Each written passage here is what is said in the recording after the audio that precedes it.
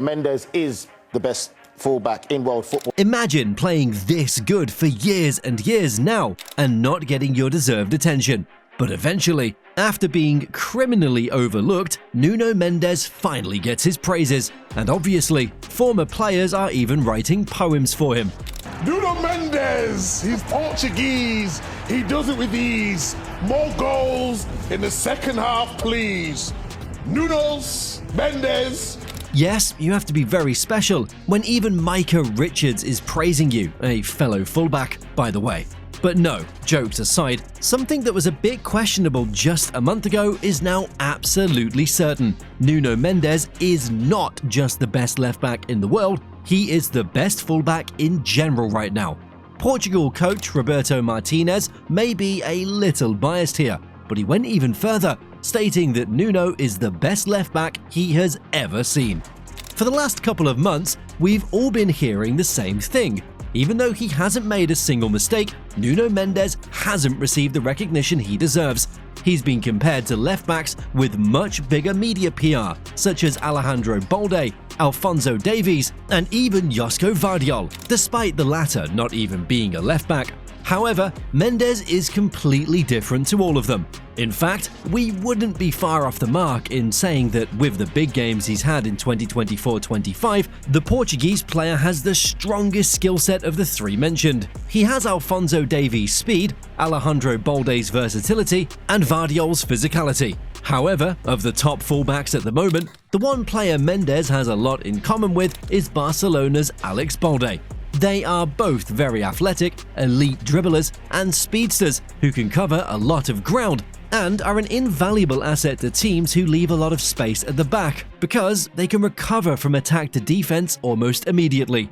However, Balde's attacking ability is not on Mendes' level. The Portuguese leads him in crossing and shooting ability, and his decision-making is miles ahead.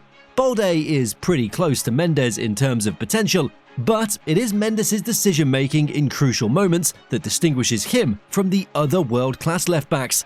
His more in-depth stats, well, they show why he's the most all-round fullback in the world. In the Champions League in particular, Mendes was almost ever present. He played in 16 matches for a total of 1,449 minutes, making 37 tackles, 2.32 per 90 minutes, and 87 ball recoveries. And his defensive work rate extends to Liga 1 as well, averaging around 1.65 tackles and 1.02 interceptions per 90, with 1.65 clearances, conceding just once every 105 minutes. Yes, PSG have had the best defense in the French league, which is not that hard to achieve given the talent they possess, but still, Mendes has had a big impact on that. And yes, while his defensive influence can be described by the stats, what about his work in attack?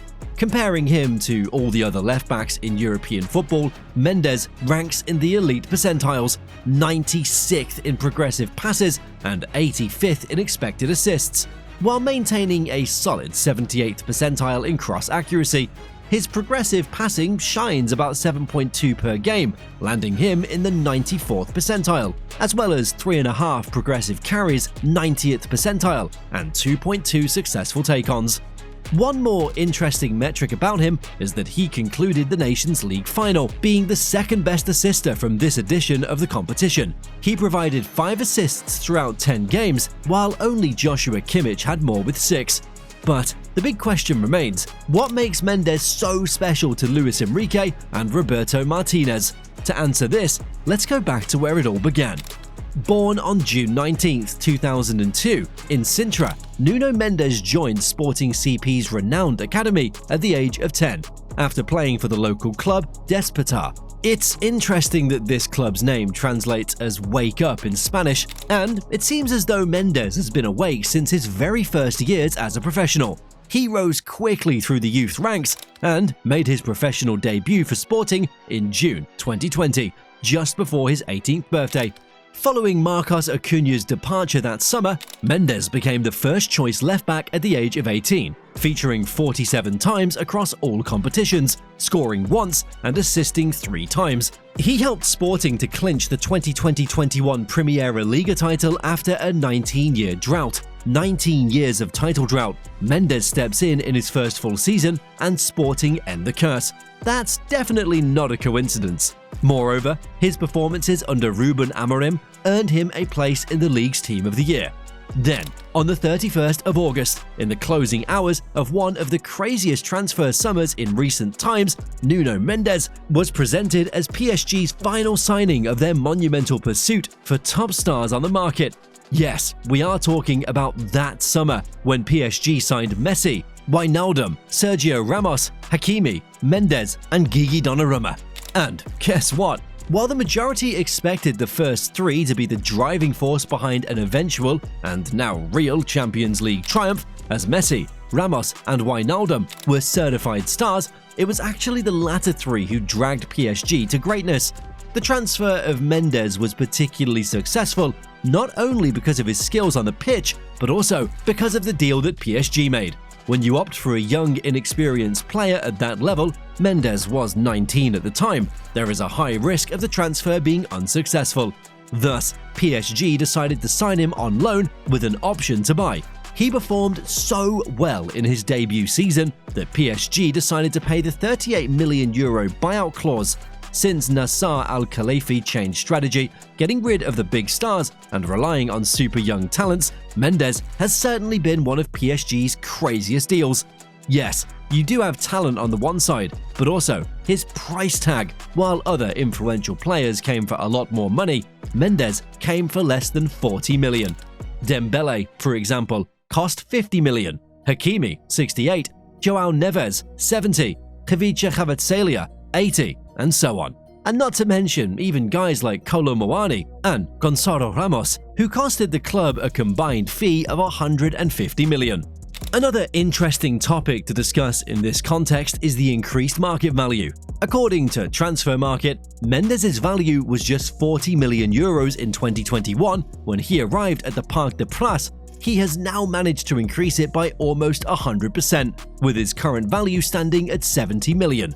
Transfer Market update their market values before and after the summer and winter transfer windows, so you can be sure that in 2 months' time, he'll be valued at 80 million euros, if not even 90. Yes, for some of you, it might be surprising how he is only 22 years old, has an amazing potential, but still seems underrated at 70 million euros. Well, the explanation is that fullbacks really have to deliver something magical, something out of this world to make the headlines. This is exactly what Mendes has done this season, particularly since the start of 2025. His reputation as a defensive beast was cemented during PSG's 2024-25 Champions League campaign. He allowed just one shot on target and 0 goal contributions against Liverpool's Mohamed Salah, effectively silencing a player in Ballon d'Or form. His most significant interception was his block at the start of the second half at Anfield, when Salah failed to convert from 5 meters out. Then, in the semi-final against Arsenal, he outperformed another star winger, Bukayo Saka. Admittedly, the match wasn't as brutal for him as it was for Salah, who was unable to breathe for 210 minutes of play. Nevertheless, Saka failed to create anything memorable over the 2 legs, and Mendes wasn't directly involved in Saka's goal at the Parc des Princes. Ultimately, Nuno showed respect for Bukayo, labeling him the toughest opponent he has ever played against. Nevertheless, his defining defensive masterclass came against Spain's Lamine Yamal in the Nations League final. Yamal, who was on a quest for Ballon d'Or victory and averages 6.8 successful dribbles per match this season, was limited to just 2 attempted take-ons, one of which was successful and led to a foul that didn't pose a real threat to Portugal. So, from Nuno Mendes' perspective, Yamal was his 3rd victim in those intensive matchups with the world's best wingers. Hopefully he'll face Mbappe at some point in the Club World Cup, as this would be another monumental clash between 2 masters of defense and attack, respectively. But that's not all. In the Champions League quarter-finals, Mendes scored twice against Aston Villa, showcasing his attacking prowess. In the first leg at the Parc des Princes, PSG were confidently leading 2-1, and the visitors from England had hope. However, Mendes' goal gave the Parisians a huge push. In the second leg in Birmingham, Mendes scored PSG's 2nd goal, and with a 5-1 lead, the outcome seemed certain.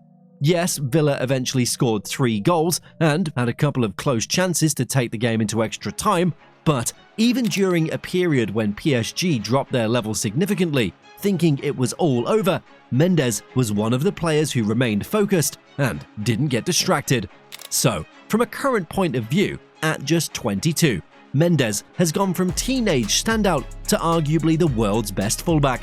He combines elite defensive lockdown on Salah, Saka and Yamal with explosive attacking impact, scoring in back-to-back Champions League quarter-finals, becoming the only PSG defender in history to do so in a knockout game.